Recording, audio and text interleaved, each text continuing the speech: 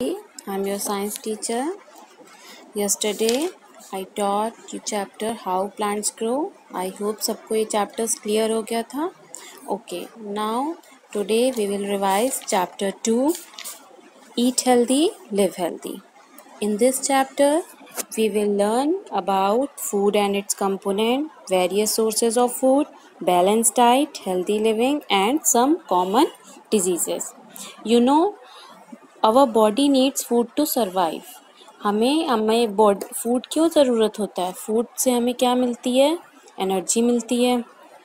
हमें सारा वर्क जो भी करना होता है, हम जब तक फूड नहीं खाते हमें एनर्जी नहीं मिलती, हम कोई भी वर्क नहीं कर पाते हैं. फूड क्या करता है? It help us to grow. It also maintain all body process. ये सारा किसका वर्क होता है? फूड का. Okay, now next topic is know the nutrients. Nutrients क्या होते हैं? Food provides different substance that gives us energy.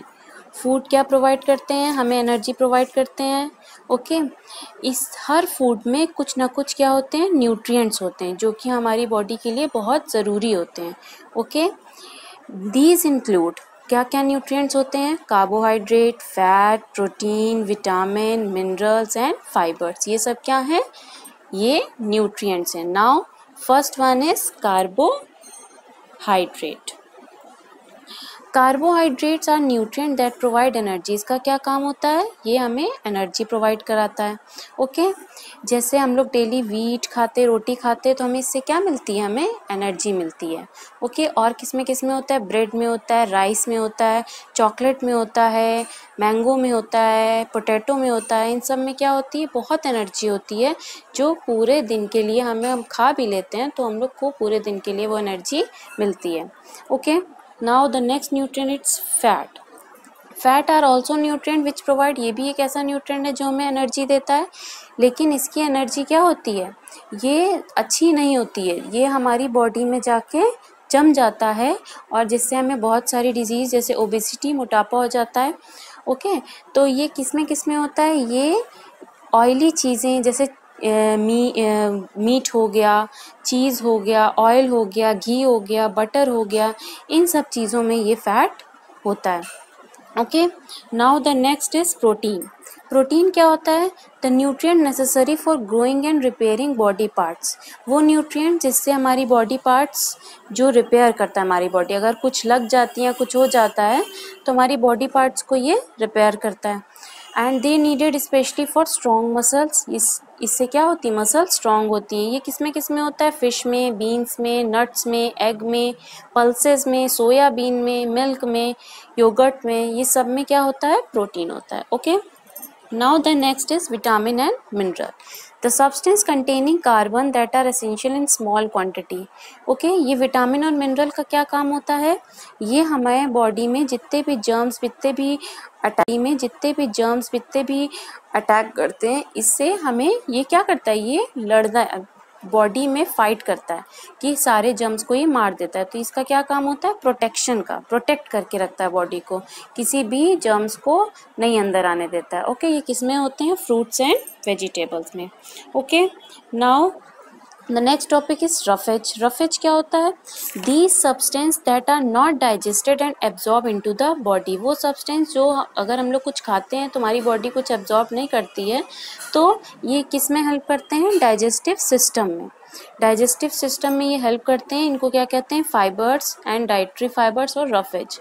Fibres help in throwing out waste. ये किस में हेल्प करते हैं? हमारे बॉडी से वेस्ट को ईजिली से बाहर निकालने में ये काम करते हैं. Fibres are foundly mainly in some vegetable. तो हमारी बॉडी से वेस्ट जल्दी से जल्दी बाहर निकल जाए तो इसके लिए हमें रफेज खाना चाहिए. रफेज किस में होता है? वेजिटेबल, फ्रूट, सैलेड खाना चाहिए. सैलेड में बहुत ज़्यादा रफेज फाइबर्स होते हैं जो हमारे डाइजेस्टिव सिस्टम को हेल्प करते हैं, जिससे हमारा आसानी से वेस्ट बाहर निकल जाता है बॉडी का. Okay, now water. Water for life. Water क्यों नीड होती है? ज़रूरी होता है हमारी बॉडी के लिए. The body also need sufficient amount of water. अब बॉडी कंटेन 2/3. हमारी बॉडी में 2/3 पार्ट किसका होता है? वाटर का. And they water constantly moves around in the body and gets used up. Many of the food we eat contain. बहुत सारे ऐसे फूड आइटम होते हैं जिसमें बहुत वाटर होता है, जैसे वाटरमेलन वाटरमेलन में बहुत ज़्यादा वाटर होता है, और भी बहुत सारे ऐसे फ्रूट्स होते हैं जिसमें बहुत क्वांटिटी में वाटर होता है। हमें daily 8 to 10 glass of water पीना चाहिए, जिससे हमारा डाइजेस्टिव सिस्टम भी अच्छा होता है और अच्छे से डाइजेशन हो जाता है। Okay, now the next is balance diet. Balance diet क्या होती है? अभी जितने भी न्यूट्रिएंट्स मैंने बताया आपको, ये सारे न्यूट्रिएंट्स हमें डेली लेने चाहिए। कोई भी अगर एक न्यूट्रिएंट्स नहीं लिया या एक न्यूट्रिएंट की कमी कर दी तो इससे क्या होगा? इससे आपकी बॉडी में डिजीज़ हो जाएंगी, नॉन कम्युनिकेबल डिजीज़ हो जाएंगी। ओके, तो विटामिन्स, मिनरल्स, प्रोटीन, हर न्यूट्रिएंट्स हमारी बॉडी के लिए बहुत ज़रूरी है। ओके, जैसे हम लोग डेली व्हीट रोटी खाते हैं जिससे हमें कार्बोहाइड्रेट मिलता है, पल्सेस, एग, नट्स खाते हैं, इससे हमें प्रोटीन मिलता है जिससे डेवलपमेंट होता है। विटामिन एंड मिनरल्स खाते हैं, फ्रूट्स खाते हैं, जिससे हमारे बॉडी में कोई भी जर्म्स अटैक करता है तो उससे वो फाइट करता है। फैट, जो थोड़ा बहुत हम लोग जो घी खाते हैं उसमें क्या होता है? फैट होता है। तो इस तरीके से ये पूरा बैलेंस, हर खाने में हर एक चीज़ होनी चाहिए। तो इसको हम लोग कैसे डिफाइन करेंगे? All the nutrients needed by the body in the right quantity is called balance diet. सारे न्यूट्रिएंट को बॉडी में जब जाते हैं, बॉडी को सारे न्यूट्रिएंट्स की नीड होती है राइट क्वांटिटी में, इसे हम लोग क्या कहते हैं? Balance diet. Okay, now the next is complete health. Health is far more than simply feeling fine. It includes a healthy and fit mind as well as body. Health क्या है? बहुत ज़रूरी है। खाना खाने के साथ हमें एक्सरसाइज भी, प्रॉपर रेस्ट भी लेना चाहिए। ओके, गुड पोस्चर रखना चाहिए। ये किसके लिए? हमारी बहुत, अगर हेल्थ हमारी ख़राब ना हो इसके लिए हमें ये सब भी करना चाहिए। एक्सरसाइज करनी चाहिए, प्रॉपर रेस्ट करना चाहिए और गुड पोस्चर में रहना चाहिए। Now the next topic is disease. Disease is the condition when one or more parts of the body are not able to function properly. Disease का मतलब क्या होता है? हमारे बॉडी का कोई भी पार्ट सही से फंक्शन नहीं करता है, काम नहीं करता है, तो इट मीन्स हमें कोई ना कोई डिजीज़ हो जाती है। Disease can be identify from symptoms. Symptoms से देखकर कुछ भी ऐसे, जैसे फीवर आता है तो आप लोग कहते हैं वायरल फीवर हो गया है, आइज़ येलो हो जाती, नेल्स येलो हो जाती है, इट मीन्स जॉन्डिस हो गया है। ठीक है, कुछ वॉमिटिंग होती है, इसमें कॉलरा हो गया। बहुत सारे ऐसे सिम्टम्स होते हैं, इससे पता चल पाता है कि कौन सी डिजीज़ हो गई है। ओके, डिजीज़ भी 2 टाइप्स की होती हैं, communicable disease and non communicable. Non communicable disease क्या होती हैं? Disease that don't spread from one person to another. ये क्या होती है? एक पर्सन से दूसरे पर्सन में नहीं जाती हैं। ठीक है, और ये किसकी वजह से होती है? डिफिशियंसी ऑफ विटामिन की कमी से होती है, मिनरल्स की कमी से होती हैं। So these are called deficiency diseases, जो विटामिन्स और मिनरल्स की कमी से होती हैं। जितने भी फूड प्रोडक्ट में विटामिन मिनरल्स होते हैं, अगर वो हम नहीं खाते हैं तो हमें डिफरेंट टाइप्स की डिजीज़ हो जाती हैं। कौन कौन सी डिजीज़ होती हैं? Like night blindness, scurvy, gastrointestinal problem, beri, rickets, goitre, weak bone damage, muscle weakness and anaemia. Okay, night blindness क्या होती है? Poor vision at night. Night में हमें ज़्यादा, मतलब उनको नाइट में नहीं दिखाई देता है। ये एक डिजीज़ होती है जो दिन में तो दिखाई देता है लेकिन उनको रात में नहीं दिखाई देता है। बेरी क्या होता है? General weakness, tiredness, low weight and poor growth, ये इसके सिम्टम्स होते हैं। ओके, तो ये किस पे अफेक्ट करता है? नर्वस सिस्टम में। इसमें nervous system proper effect function नहीं करता है और हार्ट भी फंक्शन नहीं करता है। स्कर्वी क्या होता है? Bleeding of gums. इसमें क्या होता है? गम्स में खून आने लग जाता है और जॉइंट स्वेल होने लग जाते हैं। ओके, सूजने लग जाते हैं। रिकेट्स क्या होती हैं? बोन्स बिकम सॉफ्ट, मतलब इतनी ज़्यादा सॉफ्ट हो जाती हैं कि वो कहीं भी इधर उधर मुड़ जाती हैं, टेढ़े हो जाते हैं उसमें पैर। तो ये कौन सी बीमारी? रिकेट, जो विटामिन डी की कमी से होती है। स्कर्वी विटामिन सी की कमी से, beri vitamin B1, night blindness vitamin A. Anaemia किसकी कमी से होता है? आयरन की कमी से होता है। आयरन जो आप ब्लड बनता है, तो एनीमिया डिजीज़ होती है कि इसमें बहुत ब्लड बनता ही नहीं है, जनरल वीकनेस आने लग जाती है। ओके, इसलिए एप्पल में बहुत आयरन होता है, इसलिए डॉक्टर्स एनीमिया जिसको डिजीज़ हो जाती है तो उसको एप्पल खाने को बोलता है, डेट्स, खजूर खाने को बोलता है। ओके, कैल्शियम डेफिशिएंसी, कैल्शियम की कमी से क्या हो जाता है? हमारे जो टीथ होते हैं वह येलो होने लग जाते हैं। बोन्स बहुत जल्दी ब्रिटल मतलब बहुत जल्दी वो ब्रिटल हो जाती है, सॉफ्ट हो जाती हैं। Soft weak bones, teeth fall, जो दांत होते हैं वो टूटने लग जाते हैं, किसकी कमी से? कैल्शियम से। वो किस में होता है? मिल्क प्रोडक्ट्स में, बनाना में, एक्सेट्रा। गोइत्री कौन सी डिजीज़ होती है? वो आयोडीन की कमी से हो जाती है। आयोडीन में ये इसमें क्या हो जाती है? इस डिजीज़ में सिम्टम्स क्या होते हैं? जो नेक होती है वो स्वेल होने लग जाती है, मोटी हो जाती है। ओके, और इसके लिए हमें क्या खाना चाहिए? आयोडाइज सॉल्ट खाना चाहिए और सी फूड लेना चाहिए। ओके, ये तो सारी डिजीज़ हो गई नॉन कम्युनिकेबल। अब हम लोग आते हैं कम्युनिकेबल डिजीज़ में। कम्युनिकेबल डिजीज़ क्या होती है? जो एक पर्सन से दूसरे पर्सन में फैल जाती हैं, जिसका एक बहुत बड़ा एग्जाम्पल है कोरोना वायरस डिजीज़। ये क्या है? ये एक पर्सन से दूसरे पर्सन में, दूसरे से तीसरे से, इस तरह से ये पूरे वर्ल्ड में पूरी जगह ये फैल गई। आज हर जगह पे ये कोरोना वायरस डिजीज़ फैल चुकी है। Okay, then communicable diseases are spread by microbes. Microbes से भी ये फैलती हैं, और जर्म से it means bacteria, protozoa, fungi, virus, इन सब से ये क्या होती हैं? ये डिजीज़ फैलती हैं। तो disease spread through air. Air से कौन कौन सी फैलती हैं? चिकन पॉक्स हो गया, मीजल्स हो गया। तो ये सब क्या होती हैं? ये एयर से एक दूसरे से पहुंच जाती है। These can infect another person, so a sick person must keep his hand. अगर कोई भी सिक पर्सन है, किसी को भी वायरल फीवर या कुछ ऐसा हुआ है, तो वो अपने हैंड को हैंकरचीफ या अपने माउथ को हैंकरचीफ से वो ढक ले, जिससे वो अब जर्म्स बाहर ना जाए और दूसरे पर्सन को वो ना हो पाए। कंटेमिनेटेड फूड और वाटर, गंदा खाना और पानी से भी क्या हो जाता है? ये सारी disease like typhoid, cholera, jaundice and dysentery, diarrhoea, ये सब डिजीजेस गंदा खाना और पानी पीने से हो जाती हैं।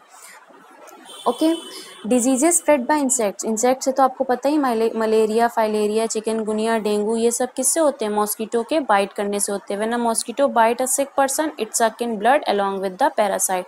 जब वो मॉस्किटो किसी भी इंसान को सक करता है, उसका खून चूसता है, तो वो बॉडी में पैरासाइट छोड़ देता है। Next when it bytes a healthy person, फिर जब कोई हेल्दी पर्सन को वो बाइट करता है, तो फिर उसको वो वाली डिजीज़, मलेरिया, फाइलेरिया, कुछ भी डिजीज़ हो जाती है। इस तरीके से वो एक जगह से दूसरी जगह ट्रांसफ़र होता रहता है। Diseases spread through direct contact, direct touching से भी ये डिजीज़ हो जाती हैं। लाइक किसी को, आपको कॉमन कोल्ड हुआ हो, अगर आपने उसका हैंकी या कुछ टॉवल छू लिया है, तो वो अगर आपने उसको अपने मुंह पे लगाया, तो वो आपको भी वो डिजीज़ हो जाएगी। Damage skin, sometimes germs enter the body through a cut और वुंड इन द स्किन। जब कभी चोट लग जाती है तो स्किन क्या हो जाती है? कट हो जाती है, जिससे वो क्या होता है? जर्म्स एंटर हो जाते हैं and causing tetanus and ringworms enter like this. That is why when we hurt ourself the doctor gives tetanus injection. तो तुरंत डॉक्टर हमें कौन सा इंजेक्शन देता है? टेटनस का इंजेक्शन देता है। ओके, नाउ अब तो हो गया ये आपका कम्युनिकेबल और नॉन कम्युनिकेबल डिजीजेस। अब हाइजीन, हमें कैसे अपने को साफ रखना चाहिए? We should brush our teeth. आपको पता ही, ब्रश कर टीथ को हमेशा साफ रखना चाहिए, साफ कपड़े पहनने चाहिए, wash our hand with soap. Okay, आजकल तो बहुत ही आपको 3 टाइम्स 4 टाइम्स जब भी हो हैंड को वॉश करते रहना चाहिए। We must wash hand properly before and after eating. Okay, surrounding hygiene, आसपास को कैसे आप साफ रखेंगे? वी यूज़ क्लीन यूटेंसिल्स, बर्तन साफ होने चाहिए आसपास के, किचन को साफ रखना चाहिए, हाउस मस्ट बी एयरी होना चाहिए।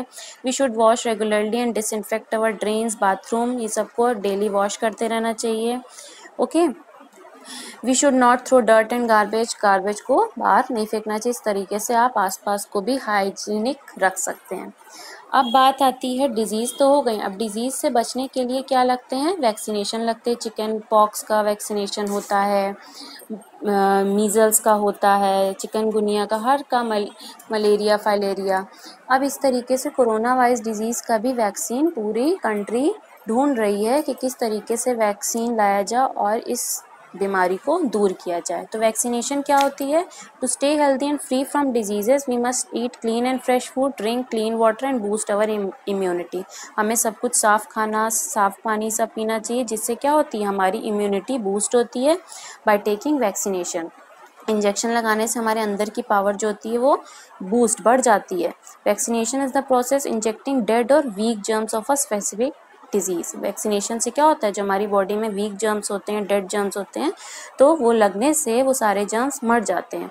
ओके। और our body is able to produce substance capable of fighting the germs, हमारी बॉडी क्या हो जाती है, कैपेबल हो जाती है उस जर्म से लड़ने के लिए, इसीलिए वैक्सीनेशन किया जाता है, वैक्सीन लगा।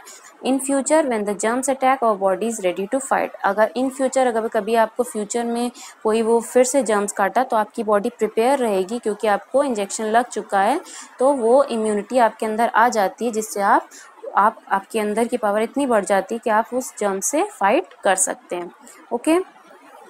In our country, the government ensured that all children under 5 years are given polio vaccine in the form of oral polio drops. Polio की वैक्सीन भी लगती है, ठीक है। तो इस तरीके से हर बीमारी की वैक्सीनेशन होता है, जिससे हम लोग जर्म से फाइट कर सकें। Okay. It is said health is wealth and a healthy nation is a prosperous nation. So let us take care to develop a healthy society. Okay.